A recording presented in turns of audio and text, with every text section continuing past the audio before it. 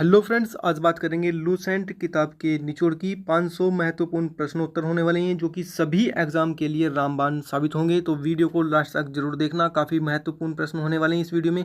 सारे प्रश्न सेलेक्टेड हैं, मोस्ट इंपॉर्टेंट है और बार बार एग्जाम में पूछे गए हैं। शुरू करते हैं पहले मोस्ट इंपॉर्टेंट क्वेश्चन से।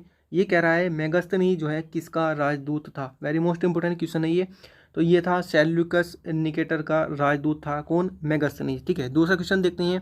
ये कह रहा है कि मेगास्थनी जो है किसके दरबार में भारत आया था। मेगास्थनी जो है ये भारत किसके दरबार में आया था, ये आया था चंद्रगुप्त मौर्य के दरबार में।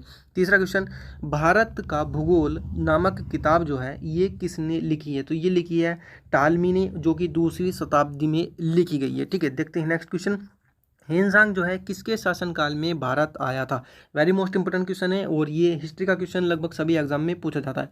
तो ये आया था हर्षवर्धन के काल में। ठीक है, और ये 15 वर्षों तक जो है भारत में रुका था, 15 वर्षों तक भारत में रुका था। और यहाँ पर इसने जो है बिहार का जो नालंदा विश्वविद्यालय था, जो कि उस समय पर विश्वविख्यात था, वहाँ पर इसने क्या किया था, अध्ययन किया था। ठीक है, और यहाँ से ही जो है ये भारत से बौद्ध ग्रंथों को एकत्र करके ले गया था। ठीक है, हिनसांग किसके शासनकाल में था, हर्षवर्धन के शासनकाल में। नेक्स्ट क्वेश्चन जो है ये कह रहा है कि सर्वप्रथम सिक्कों पर लेख लिखने का कार्य जो है किन शासकों ने किया था। तो ये किया था यवन शासकों ने।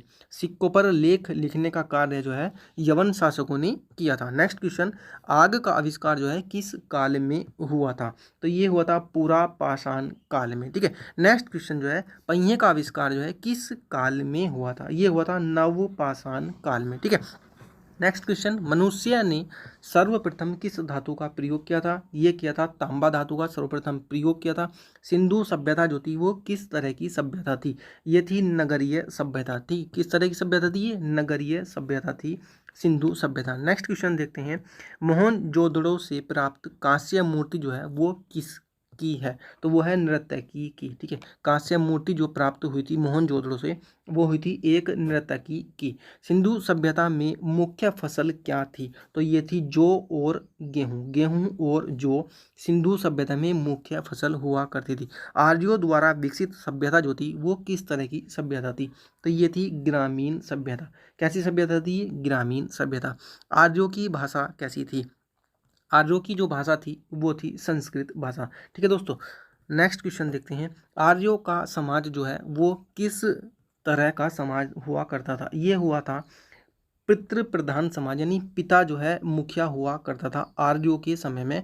आर्यों का समाज जो है पितृ प्रधान समाज था और ये जो है मुखिया हुआ करता था।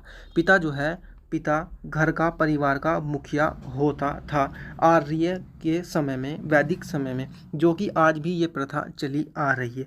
विधवा जो है अपने मृतक पति के छोटे भाई यानी कि जो देवर लगता है उससे विवाह कर सकती थी वैदिक सभ्यता में, यानी आर्यों के समय में। ठीक है, आर्यों का जो प्रिय पशु है वो कौन सा है। तो आर्यों का जो प्रिय पशु है वो है घोड़ा और इनको जो प्रिय देवता है वो है इंद्र। तो आर्यों का जो प्रिय पशु है वो घोड़ा है और प्रिय देवता जो है वो इंद्र है। वेरी मोस्ट इंपोर्टेंट क्वेश्चन है ये। ऋषभ देव जो थे ये जैन धर्म के संस्थापक थे और प्रथम तीर्थकर थे। नेक्स्ट क्वेश्चन, जैन धर्म के जो अंतिम तीर्थकर थे और जो अंतिम जो है तीर्थकर थे वो कौन थे। तो ये थे महावीर स्वामी, 24वें तीर्थकर थे ये। ठीक है, अगर संख्या में पूछा जाए तो 24वें तीर्थकर थे जैन धर्म के अंतिम वे, और 24वें तीर्थकर महावीर स्वामी थे। महावीर स्वामी का जन्म जो है वो 540 ईसा पूर्व में कुंडल ग्राम यानी कि वैशाली में हुआ था। कहाँ पर हुआ था, वैशाली में हुआ था 540 ईसा पूर्व में। जैन धर्म ने अपने आध्यात्मिक विचारों को जो है कहाँ से ग्रहण किया है। तो ये क्या है, सांख्य दर्शन से। सांख्य दर्शन से जो है इन्होंने यानी जैनों ने अपने आध्यात्मिक विचारों को ग्रहण किया है। नेक्स्ट क्वेश्चन, बौद्ध धर्म के जो संस्थापक थे वो कौन थे। तो ये थे गौतम बुद्ध। गौतम बुद्ध जो थे वो बौद्ध धर्म के संस्थापक थे और इनको जो है एशिया का ज्योति पुंज भी कहा जाता है। ठीक है, नेक्स्ट क्वेश्चन, गौतम बुद्ध का जन्म जो है वो कहाँ पर हुआ था। तो ये हुआ था लुम्बिनी में। और कब हुआ था, तो ये हुआ था 563 ईसा पूर्व में।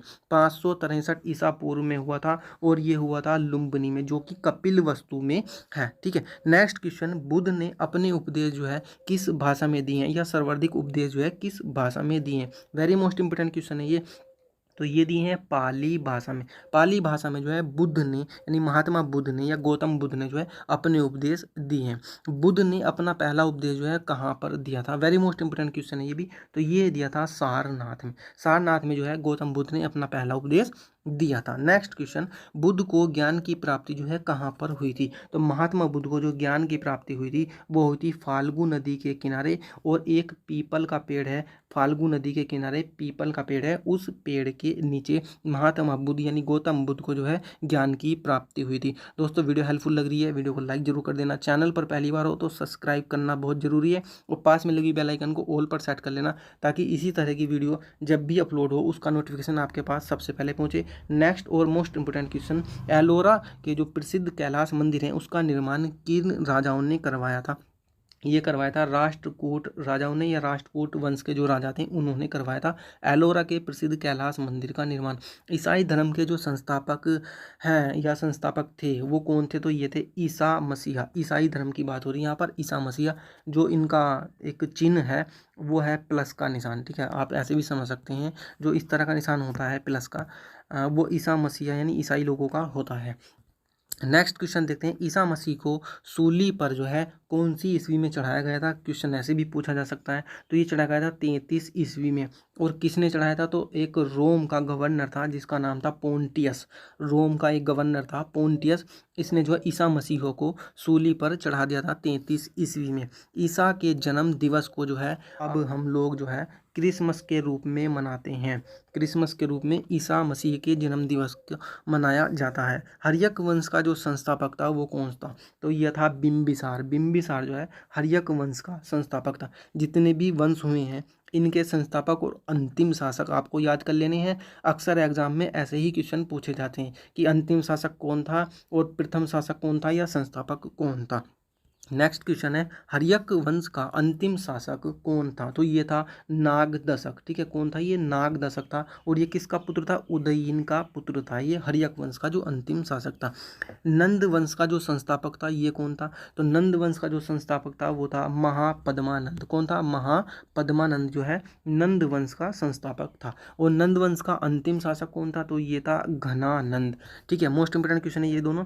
सिकंदर जो है किसका शिष्य था, तो सिकंदर जो है अरस्तु का शिष्य था। अरस्तु का शिष्य कौन था, सिकंदर था, ठीक है। नेक्स्ट क्वेश्चन, सिकंदर का सेनापति सेल्यूकस निकेटर था। कौन था, सेल्यूकस निकेटर जो है ये सेनापति था किसका, सिकंदर यानी सिकंदर महान का, ठीक है। सिकंदर की मृत्यु 323 ईसा पूर्व में 33 वर्ष की अवस्था में हो गई थी। कितने वर्ष की अवस्था में हो गई थी, 33 वर्ष की अवस्था में जो है सिकंदर की मृत्यु हो गई थी। उस सिकंदर की जिस सिकंदर ने जो है अभियान चलाया था विश्व को विजेता यानी विश्व विजेता बनने का, विश्व को जीतने का अपनी तलवार की नोक पर, उसकी मृत्यु 33 वर्ष की आयु में हो गई थी, ठीक है।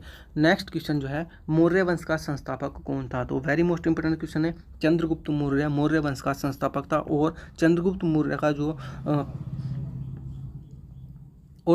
मौर्य का जो प्रधानमंत्री था या जो गुरु था वो कौन था, तो वो था चाणक्य। नेक्स्ट क्वेश्चन जो है, अशोक महान ने बौद्ध धर्म के प्रचार के लिए अपने पुत्र, याद रखना, अपने पुत्र महेंद्र और अपनी पुत्री संघमित्रा को श्रीलंका भेज दिया था। अशोक महान ने बौद्ध धर्म के प्रचार के लिए अपने पुत्र महेंद्र और अपनी पुत्री संघमित्रा को श्रीलंका भेज दिया था। नेक्स्ट क्वेश्चन, कौशाम्बी अभिलेख को क्या कहा जाता है, तो इसको कहा जाता है रानी का अभिलेख। क्या कहा जाता है इसको, रानी का अभिलेख कहा जाता है।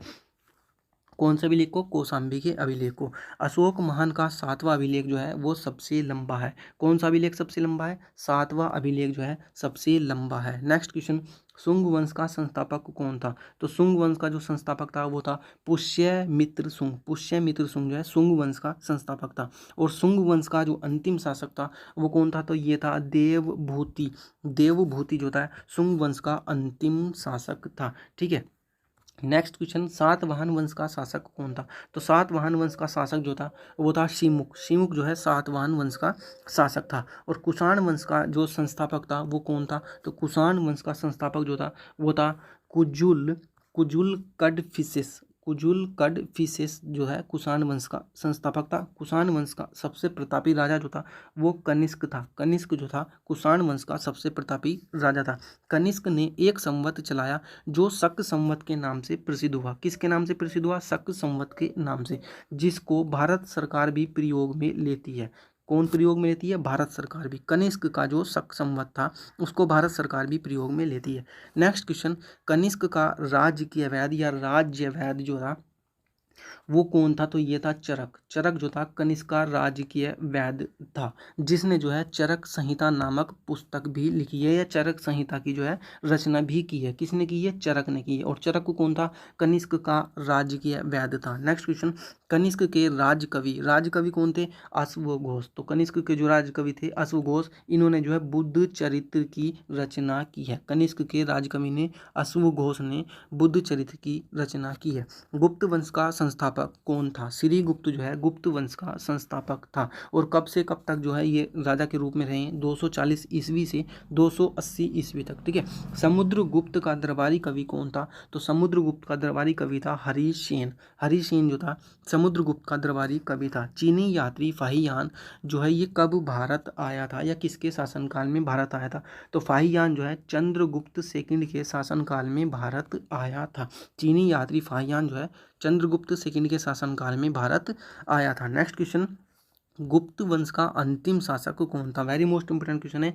तो ये था विष्णुगुप्त। विष्णुगुप्त जो है गुप्त वंश का अंतिम शासक था। गुप्त राजाओं ने सर्वाधिक मुद्राएं जो जारी की हैं वो किस तरह की मुद्रा जारी की हैं? तो स्वर्ण मुद्राएं जारी की हैं गुप्त राजाओं ने। ठीक है। नेक्स्ट क्वेश्चन जो है, मंदिर बनाने की कला का जन्म किस काल में हुआ था? तो ये हुआ था गुप्त काल में। गुप्त काल में मंदिर बनाने की कला का जन्म हुआ था। ठीक है। गुप्त काल को भारतीय इतिहास का स्वर्ण युग कहा जाता है। कौन सा युग कहा जाता है? स्वर्ण युग कहा जाता है। किस काल को? गुप्त काल को भारतीय इतिहास का। ठीक है। नेक्स्ट क्वेश्चन, हर्षवर्धन को भारत का अंतिम हिंदू सम्राट कहा गया है। किसको कहा गया है? हर्षवर्धन को भारत का अंतिम हिंदू सम्राट कहा गया है। नेक्स्ट क्वेश्चन है, हर्षवर्धन के दरबारी कवि कौन थे? तो ये थे बाण भट्ट। याद कर लेने, वन लाइनर क्वेश्चन है, मोस्ट इंपोर्टेंट क्वेश्चन है, बार बार रिपीट हुए क्वेश्चन है और सभी एग्जाम में लगभग पूछे जाते हैं। तो हर्षवर्धन का दरबारी कवि जो है बाण भट्ट था। राष्ट्रकूट राजवंश का संस्थापक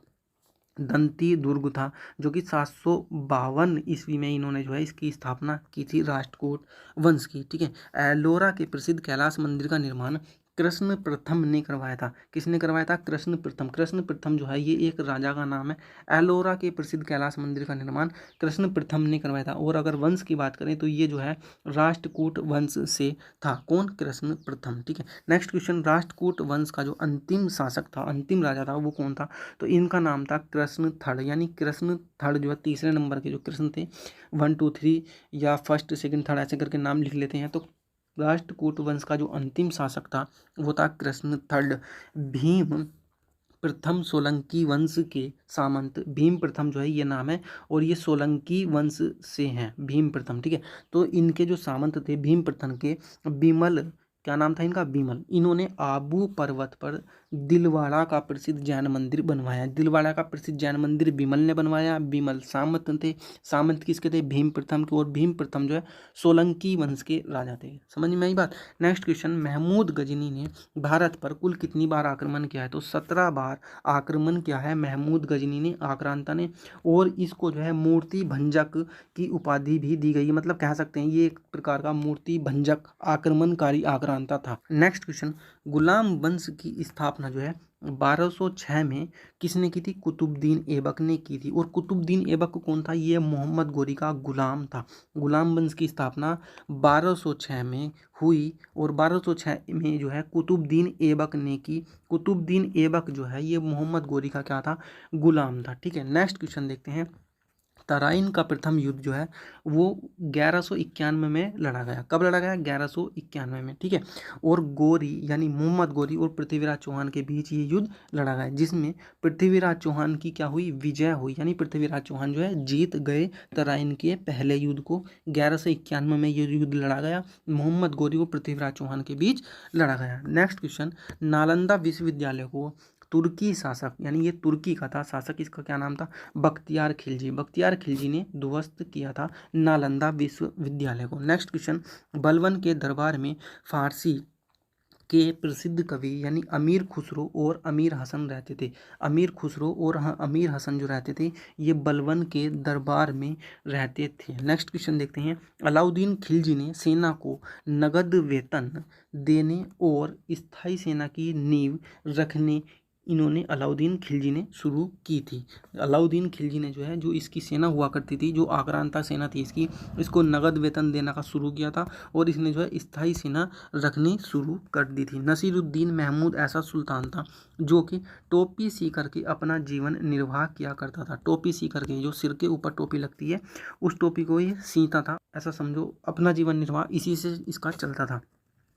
मोहम्मद बिन तुगलक के शासनकाल में दक्षिण में, जो भारत का दक्षिण हिस्सा है उसमें हरिहर एवं बुक्का नामक दो भाई थे। हरिहर और बुक्का, कौन कौन भाई थे, एक हरिहर था और एक बुक्का, ये दो भाई थे। इन्होंने जो है 1336 ईस्वी में स्वतंत्र राज्य, जिसका क्या नाम रखा इन्होंने, विजयनगर साम्राज्य। तो विजयनगर साम्राज्य की जो स्थापना की थी वो किसने की थी, हरिहर और बुक्का, ये दो भाई थे। मोहम्मद बिन तुगलक के शासनकाल में दक्षिण भारत में जो है विजयनगर साम्राज्य की स्थापना हरिहर और बुक्का नामक भाइयों ने की थी 1336 ईस्वी में। फिरोज तुगलक ब्राह्मणों पर जजिया कर लागू करने वाला पहला मुसलमान शासक था। फिरोज तुगलक जो है ब्राह्मणों पर जजिया का लागू करने वाला पहला मुसलमान शासक था। नेक्स्ट क्वेश्चन, तुगलक वंश का अंतिम शासक कौन था, तो ये था नसीरुद्दीन महमूद तुगलक। तुगलक वंश का क्या था, ये अंतिम शासक था। नेक्स्ट क्वेश्चन देखते हैं, बाबर को भारत पर आक्रमण करने के लिए जो निमंत्रण दिया था वो पंजाब के शासक दौलत खां लोधी और इब्राहिम लोधी के चाचा, इनका क्या नाम हुआ, आलम खां। इन्होंने जो है इनको निमंत्रण दिया था बाबर को कि बाबर साहब आप आ जाओ और भारत पर आक्रमण करो। ठीक है, तो नाम याद रखना, ये जो है दौलत खां लोधी और आलम खां, इन दोनों की वजह से जो है बाबर ने भारत पर आक्रमण किया था। नेक्स्ट क्वेश्चन देखते हैं, मुगल वंश का जो संस्थापक बाबर है वो मुसलमान कौन सा वाला है, एक तो मुसलमान सुन्नी होते हैं और एक मुसलमान होते हैं शिया। तो ये मुगल वंश का संस्थापक बाबर जो था ये सुन्नी मुसलमान था। क्वेश्चन पूछ लिया जाता है इसलिए याद रखना जरूरी है।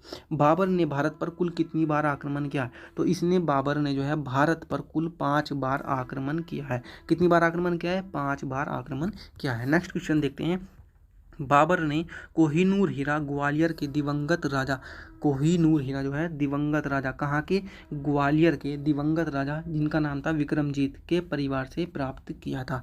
बाबर ने कोहिनूर हीरा दिवंगत राजा विक्रमजीत के परिवार से प्राप्त किया था और ये राजा कहाँ के थे, ग्वालियर के। ठीक है, चौसा का युद्ध 25 जून 1539 को शेर खां एवं हुमायूं के बीच हुआ, जिसमें शेर खां विजय हुआ और शेर शाह की पदवी ग्रहण कर ली। चौसा का युद्ध हुआ एक 25 जून 1539 को, जिसमें शेर खां और हुमायूं के बीच ये युद्ध हुआ और शेर खां क्या हो गया, विजयी हो गया। तो शेर खां ने स्वयं को यानी खुद को ही शेर शाह की पदवी दे दी और ग्रहण कर ली, यानी ये तब से जो है शेर शाह कहलाया। नेक्स्ट क्वेश्चन, शेर शाह का मकबरा जो है वो कहाँ पर है, मोस्ट इंपोर्टेंट क्वेश्चन है ये। तो ये है सासाराम में शेर शाह का मकबरा। शेर शाह ने ग्रैंड ट्रंक रोड की मरम्मत करवाई। ठीक है, ग्रैंड ट्रंक रोड की इसने मरम्मत करवाई थी, ना कि बनवाई थी, तो ये भी आपको याद रख लेना है। डाक प्रथा का प्रचलन जो है ये भी शेर शाह ने ही करवाया था, डाक प्रथा का प्रचलन। और अकबर का संरक्षक जो था वो कौन था, बैरम खां था अकबर का संरक्षक, तो ये भी आपको याद रख लेना है।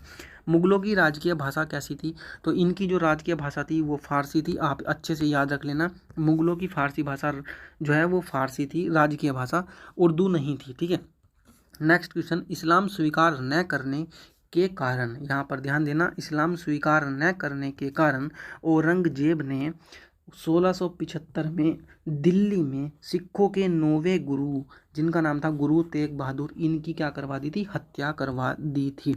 किसने करवाई थी, हत्या करवाई थी औरंगजेब ने। किसकी हत्या, गुरु तेग बहादुर की। और ये कौन थे, ये थे 9वें गुरु थे ये सिखों के। और हत्या कहाँ पर करवाई थी, दिल्ली में करवाई थी। और कब करवाई थी, तो 1675 में करवाई थी। ठीक है, नेक्स्ट क्वेश्चन देखते हैं, मराठा साम्राज्य का संस्थापक छत्रपति शिवाजी थे। छत्रपति शिवाजी मराठा साम्राज्य के संस्थापक थे। नेक्स्ट क्वेश्चन देखते हैं, छत्रपति शिवाजी के गुरु कौन थे, तो मोस्ट इंपोर्टेंट क्वेश्चन है ये, कोंड देव कोंडदेव जो थे ये छत्रपति शिवाजी के गुरु थे। छत्रपति शिवाजी के दरबार में मराठी भाषा के रूप में प्रयोग किया जाता है, यानी मराठी भाषा को जो है छत्रपति शिवाजी के दरबार में प्रयोग किया जाता था। छत्रपति शिवाजी के मंत्रिमंडल को क्या कहा जाता था? मंत्रिमंडल को जो कहा जाता था वो अष्टप्रधान कहा जाता था। मोस्ट इंपोर्टेंट क्वेश्चन है ये, ठीक है।